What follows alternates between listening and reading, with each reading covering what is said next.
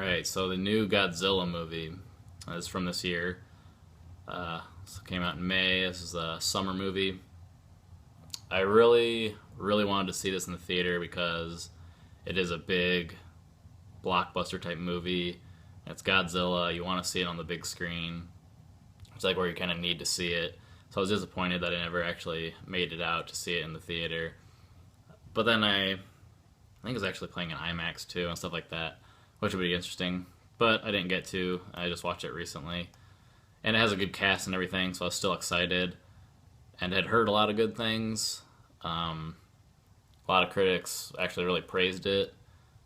Some others also were just kind of lukewarm on it. I think I listened to some more reviews and stuff like that after I watched the movie. I was kind of holding off on some of them. But I've found myself being in line with a lot of other people's reviews.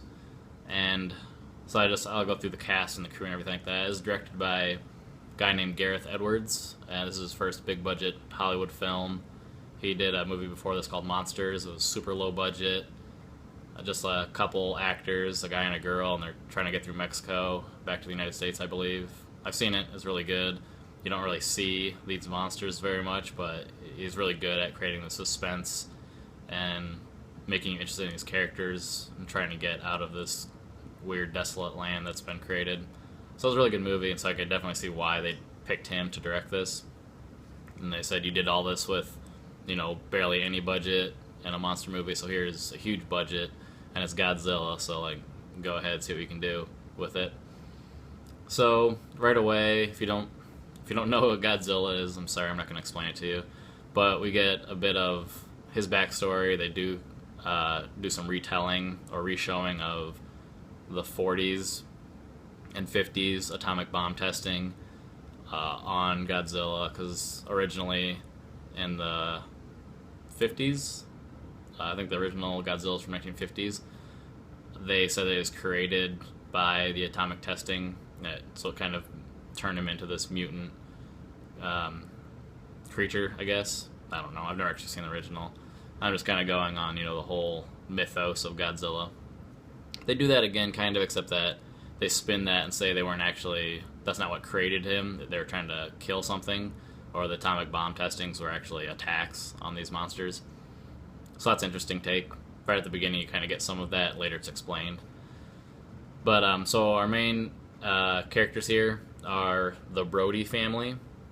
So Bryan Cranston, you probably know from Breaking Bad and a lot of other movies recently. He plays Joe Brody. He's a engineer at a atomic nuclear site in Japan, and his wife is also some sort of physicist or something at the nuclear power plant. She's played by Juliette Binoche.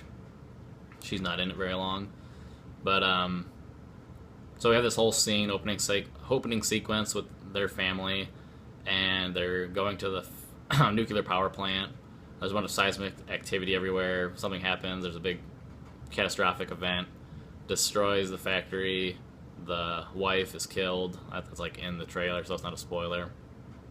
But then a bunch of years pass. Their son has a dumb name, Ford Brody. Has grown up. He's all grown up. He's played by Aaron Taylor Johnson. Probably know as Kick-Ass. So he's all grown up. He's a soldier now in the United States. He's conveniently, he is a EOD expert, so he's an explosive ordnance expert in the Army, which will come into play later. And he's married to Ellie, played by Elizabeth Olsen, and they have a son, Sam. So that's their family. They're back in the United States.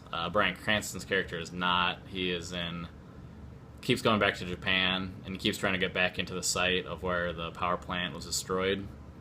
And so there's this big contention between the two of them, Ford and Joe, father and son, because Joe, the father, keeps trying to figure out what happened, and people think he's crazy and blah, blah, blah, blah.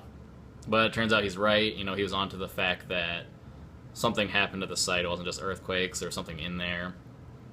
And we get an interesting start to the movie, because it's not Godzilla right away. It's these other creatures that show up that are feeding on the atomic energy.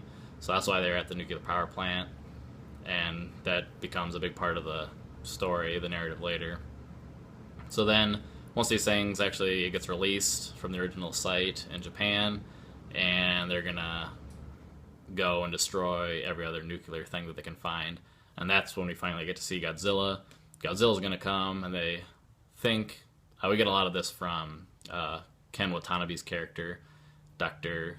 Ishiro Shirazawa. He explains a lot of what is happening between these monsters and Godzilla. They think Godzilla is like a predator, and he's just hunting this other giant nuclear creature or whatever. So that's the story. And they start heading towards the U.S., and they have to stop them. And their first attack is in Hawaii, so that's the first time we see them in action, and everything is pretty cool. Pretty interesting character designs. Godzilla looks pretty cool. The other creatures are pretty interesting too. They have two of them, and I think the way they dealt with them was really nice and pretty interesting as well. That being said, so those things about the creatures are pretty cool. They have some pretty good special effects. I mean, all the monsters look good. They're done well and everything like that. I liked what they did with his size. They make Godzilla just look enormous, which is really nice, and you get the scale, and it's very good. It doesn't look like he's super small in some scenes and then just monstrous others. He always looks very intimidating and just towering over everything. That's really cool. They have a lot of Gareth Edwards is really good at doing these really wide overhead shots, just looking down, and you can see Godzilla like swimming, like around Hawaii or next to aircraft carriers, stuff like that. And then some other scenes too, trying people evacuate. All that's done really well. But unfortunately, there's a lot of other problems with with the movie. And probably one of the biggest ones is that there never seems to be any sort of threat for humans, even though there's some good suspense at the beginning and tension.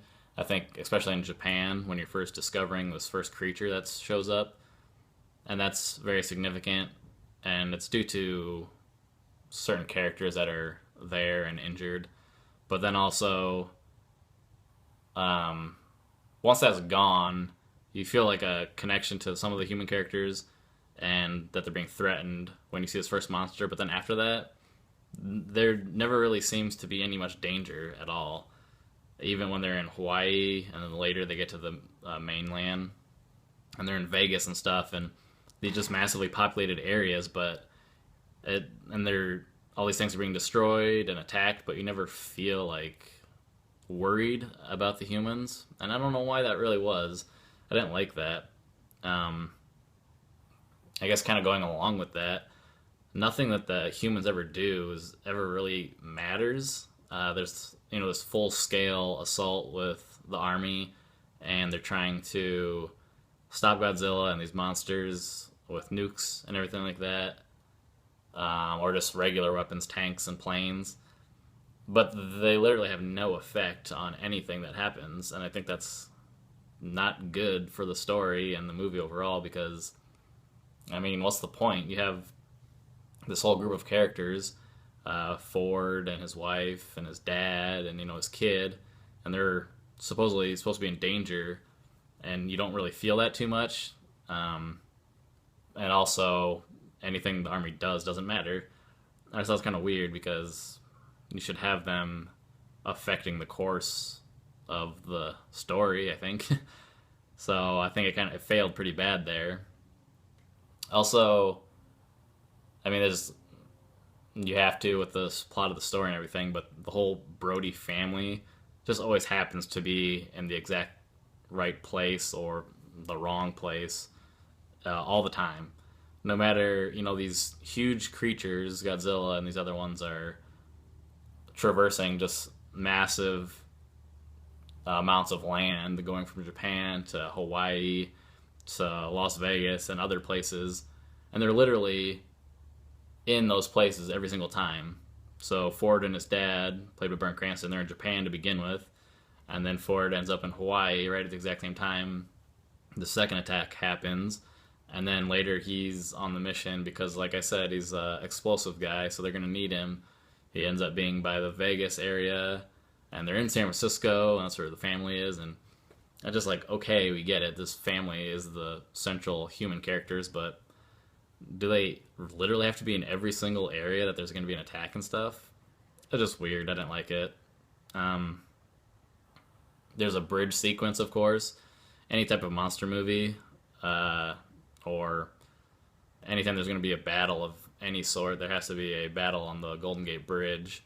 So that's becoming a huge cliche as destroy the Golden Gate Bridge. I mean, name a big blockbuster movie that hasn't destroyed it. You have Pacific Rim, the newest Planet of the Apes movie, X-Men 3. It's just like, okay, destroy a different bridge. Go somewhere else. I don't know. And I didn't like it because they have all these. It just seemed like a weird place for the army to mobilize on a bridge. You're fighting these gigantic, like hundreds of feet tall creatures. Why would you station yourself on the most unstable structure? I mean, they could literally just come by and hit the bridge like once with their arm or their leg, and then you're screwed. Just go over to land. I don't know.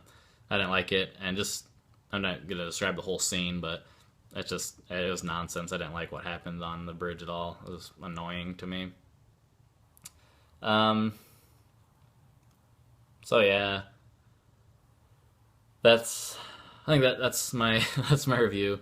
I had too many problems, and I initially gave it a little bit higher of a rating, but then the more I thought about it, because I watched this a while ago now, like a week ago, the more I thought about it, the less I liked it. It just not much worked.